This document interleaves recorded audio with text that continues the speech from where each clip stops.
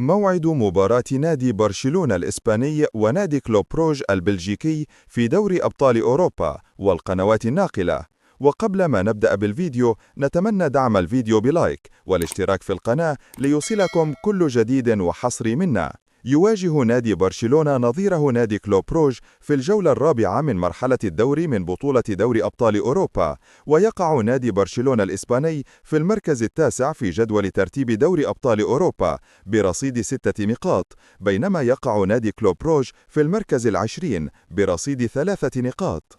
تقام مباراة نادي برشلونة الإسباني ونظيره كلوب بروج على ملعب يان بريدل في بلجيكا، وموعد مباراة برشلونة وكلوب بروج هو يوم الأربعاء الموافق اليوم الخامس من شهر نوفمبر الجاري، وتنطلق صافرة بداية المباراة عند الساعة 11 ليلا بتوقيت مكة المكرمة و10 بتوقيت مصر.